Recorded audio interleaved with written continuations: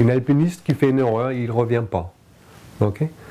Quelqu'un qui fournit une expédition, il a le devoir de faire en sorte de croire que les matériels est suffisamment costaud pour qu'il n'y en a pas de risque. Valandré ne fabrique pas des sacs de couchage ou des équipements pour des allées simples. Non, c'est une allée et retour.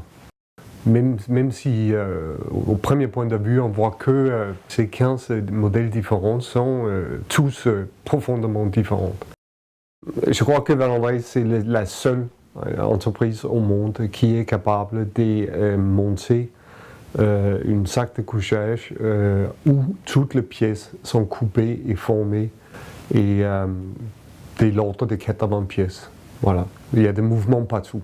Et donc les sacs de couchage et les croix et les tubulaires, une petite tube dans une plus grosse tube et ils sont connectés par des compartiments qui sont préformés en arche anatomique. Et en même temps que tu as cette forme-là, on a une variation de la hauteur de la cloison par rapport à l'endroit où il est. Et aussi le fait que au niveau des pieds, les cloisons qui est droite et inclinée. Okay? Donc tout est en mouvement tout le temps. Mais les compartimentages servent à fixer les duvets dans l'endroit où ils doivent être. Voilà.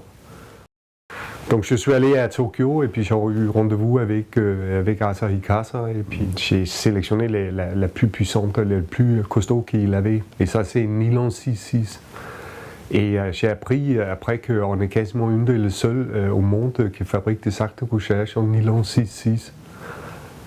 Puisque c'est une tissu qui coûte très cher. Ça c'est une chose. Et deuxième chose, c'est qu'elle est hyper costaud. Elle est 20% plus costaud qu'une nylon normale. Elle est plus résistante au rayonnement UV et elle a une pointe de fusion qui est plus élevée. En haute altitude, sans oxygène, il faut que les sacs de couchage et les vêtements soient aussi légers que possible et aussi chauds que possible. Voilà. Et là, il n'y a que le duvet qui peut faire ça. Voilà. Et il se trouve que nous, on est situé dans le sud-ouest de la France où il y en a une production de foie gras. Et les animaux gavés vivent plus longtemps et donc les duvets deviennent plus matures, plus costauds, plus résistantes. Okay?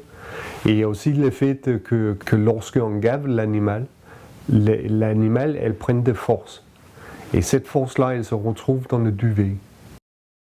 Lorsque j'ai pris la reine de Valandré, j'ai été avec une amie qui est très connue, Krzysztof Ulicki, polonais, une des grandes noms de l'himalayisme hivernal.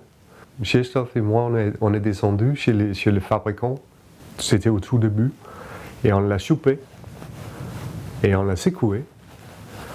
Et on leur donnait l'ordre de sélectionner les meilleures qualités qui étaient disponibles dans le sud-ouest.